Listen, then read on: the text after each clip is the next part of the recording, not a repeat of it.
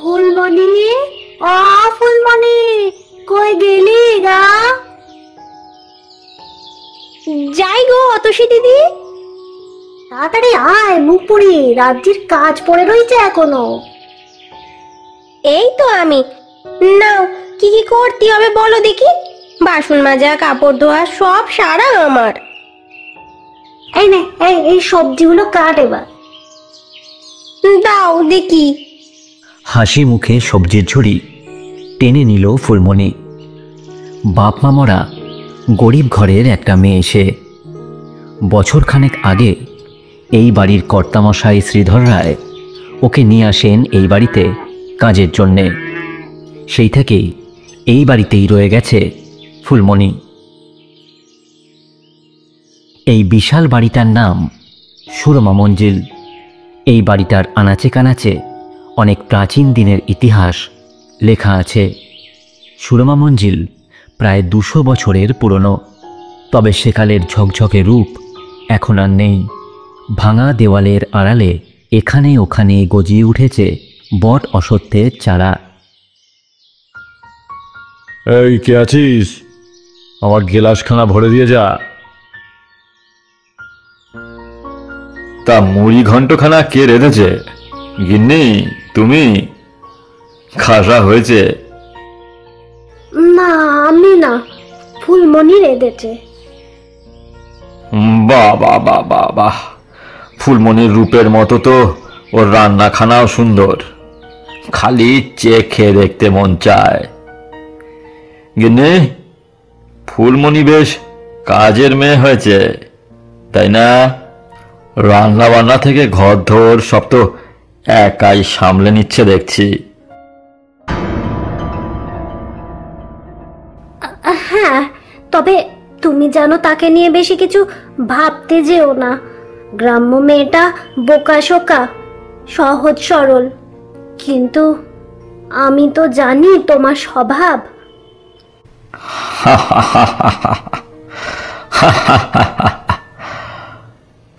না না, সে কথা না। তুমি আমার উপর অকারণে সন্দেহ করো গিন্নি, একদম অকারণে। কিন্তু রায় গিন্নির সন্দেহটি একেবারে অমূলক ছিল না। একদিন রাতে শ্রীধর ফুলমণির ঘরে গিয়ে দরজা বন্ধ করে দিল। ফুলমণি ভয়ে কুঁকড়ে গেল। তোমার বয়সখানা তো খুব কম। এখানে এখানে খুব ভালোভাবে থাকবে, আমার কাছে থাকবে, অনেক সুখে রাখবো। বাবু, আপনি কি বলতেছেন গো বাবু? আমি গরিব মেয়ে, কিন্তু তা বলে কোনো অন্যায় সহ্য করব না। আপনি বাইরে যান, বাইরে যান। আমি বাইরে যাব আমার ঘর থেকে? তোর সাহস তো কম না। জানিস জানিস আমি কে? আমার কথা না শুনলে তোর কি হবে তুই জানিস? আমি যা বলছি তাই করবি। এই আপনার রূপ!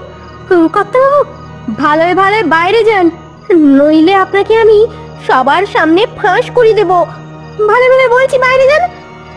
এই ঘর থেকে বেরোতে পারলে তবে তো ফাঁস করবি।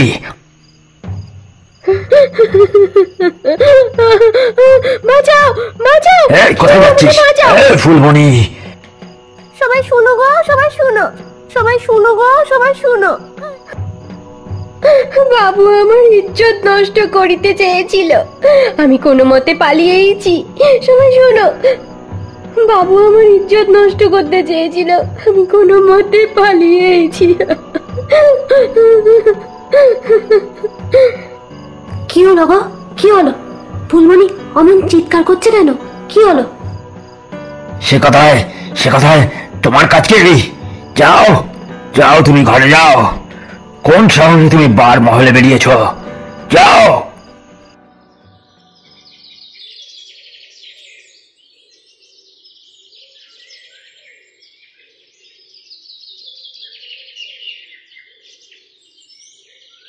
হুজুর, বলছিলাম কি, এই মেয়েটা মানে ওই ফুলমণি তো খুব বাড়াবাড়ি শুরু করেছে। তুই তো জানিস রাম সিং কি করতে হবে। আজ রাতেই ওর বন্দোবস্ত কর। জোয়াকে হুজুর, আমি সব বুঝে গেছি, আপনি আর মোটে চিন্তা করবেন না, ফুলমণি আর থাকবে না।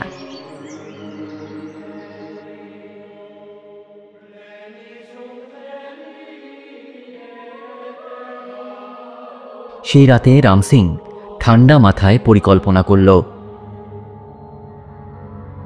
ফুলমণির ঘরে তালা লাগিয়ে বাইরে থেকে আগুন ধরিয়ে দিল।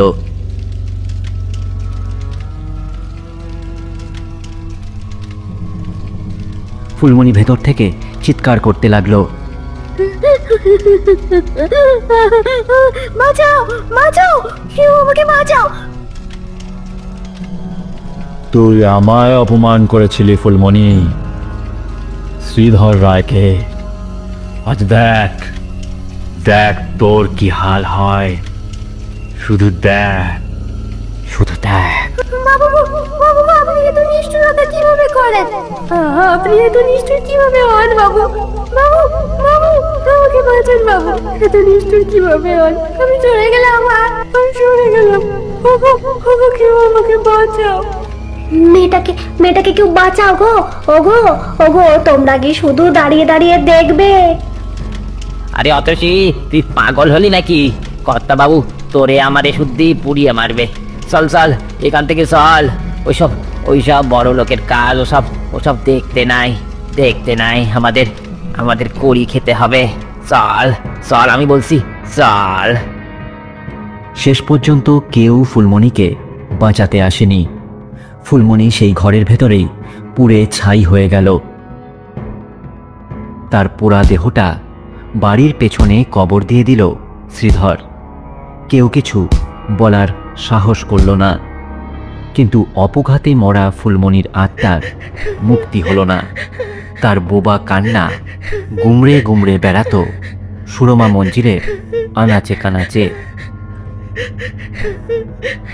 এর প্রায় ৩-৪ মাস পরের কথা।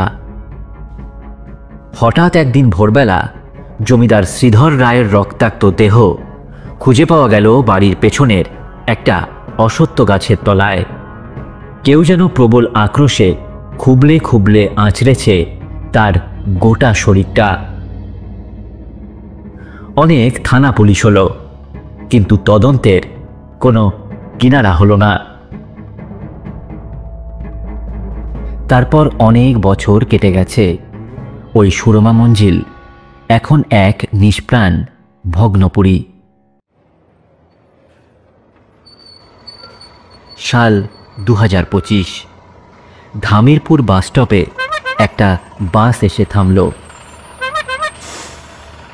অনেকগুলো সুটকেস নিয়ে বাস থেকে নামল সুমিত রায়। এই রায় বংশের একমাত্র জীবিত বংশধর সে।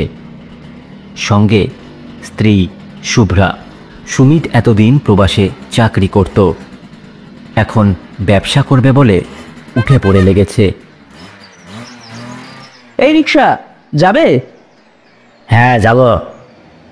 সুরমা মঞ্জিল। বাবা, সুরমা মঞ্জিল?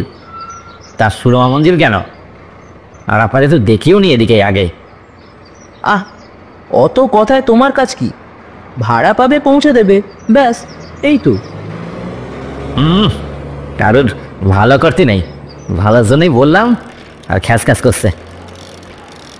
ওই বাড়িটা ভালো নয়, নইলে আমার আর বলবার দরকার কি? যত সব। এই থামাও তো, বাড়িটা ভালো নয়, যত সব মূর্খের দল।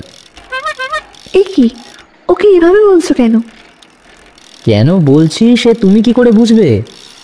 একবার বদনাম রটে গেলে ও বাড়ির দাম পাবো ভেবেছো? নামুন নামুন, এই আপনাদের সুরমা মঞ্জিল, নেন 50 টাকা দেন।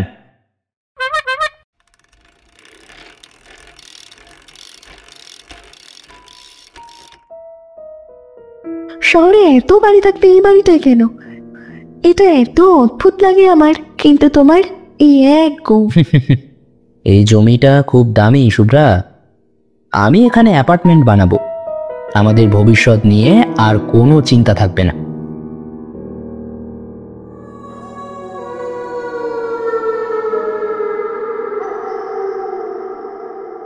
বাড়িতে ঢোকার পর থেকেই শুভ্রা কিছু একটা অস্বাভাবিক অনুভব করেছিল।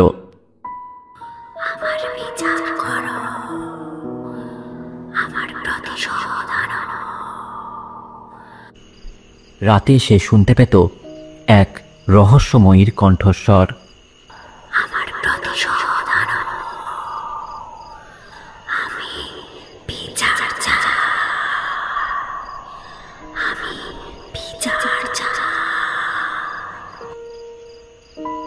তুমি কিছু শুনতে পাচ্ছ?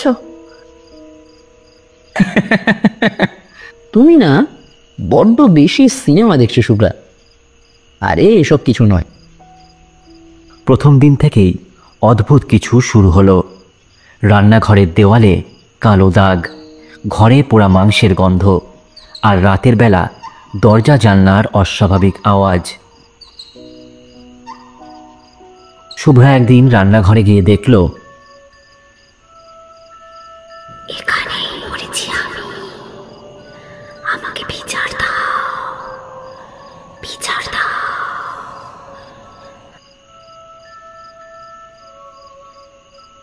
সুমিত, সুমিত, এখানে এখানে কিছু একটা আছে। যা, কি সব বলছো? এসব মনের ভুল। তুমি বেশি ভাবছো। কি যে হয়েছে তোমার আজকাল। কিন্তু শুভ্রা জানত বিষয়টা এত সহজ নয়। তারপর এলো সেই রাত।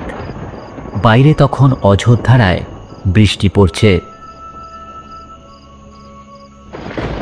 কি একটা অশুভ সংকেতে শুভ্রার ঘুমটা সেদিন ভেঙে গেছিল।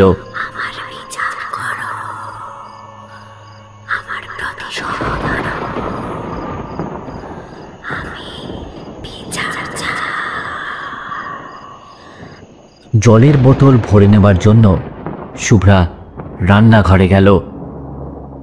সেখানে গিয়ে দেখল একটি ছায়ামূর্তি দাঁড়িয়ে আছে ওর পথ আটকে। কে তুমি? কে চাও? একটি মেয়ে, তার গোটা শরীরটা পোড়া, চোখে এক অপরিসীম যন্ত্রণা। এই বাড়িতে তুমি কি করছো?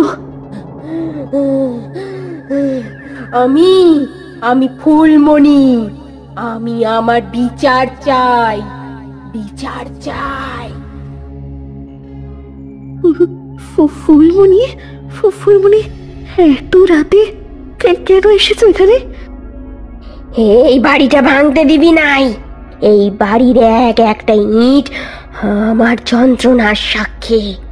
যারা অন্যায় করেছে তাদের শেষ না হওয়া অবধি আমার মুক্তি নাই, মুক্তি নাই, মুক্তি নাই আমার।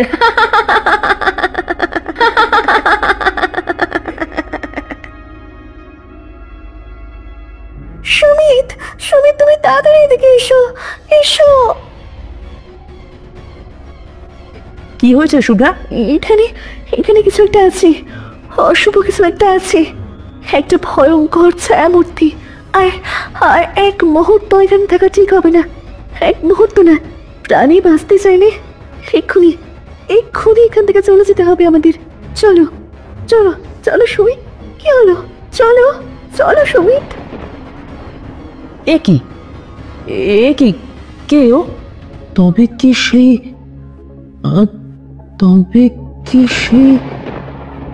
হ্যাঁ, আমি সেই। তোরা সকলে শেষ হবি আমার হাতে। আমি সেই। কেন তুমি আমাদের ক্ষতি করছো? আমি তো কিছুই বুঝতে পারছি না। কি বুঝতে পারছিস না বাবু?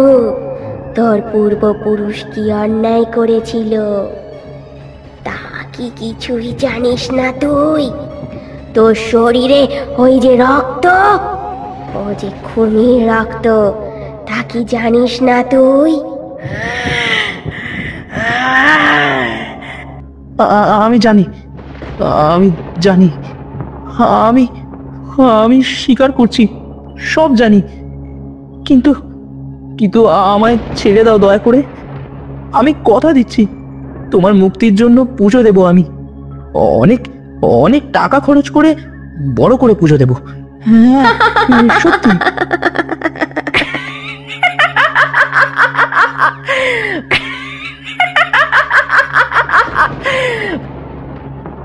আমার মুক্তি নেই বাবু, মুক্তি নেই।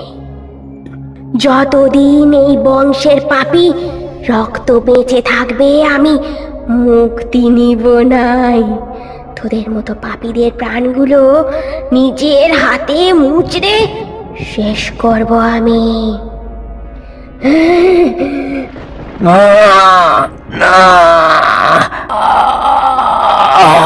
সুমিত, সুমিত,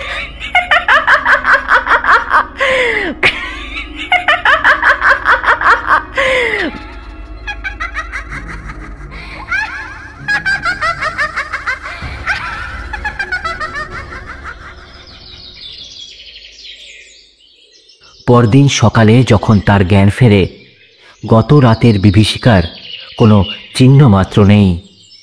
সুমিত যেন বাতাসে মিলিয়ে গেছে কর্পূরের মতো। শুভ্রা দেখতে পেল সামনের দেওয়ালে আঁকা বাঁকা অক্ষরে লেখা রয়েছে, আমার মুক্তি নাই।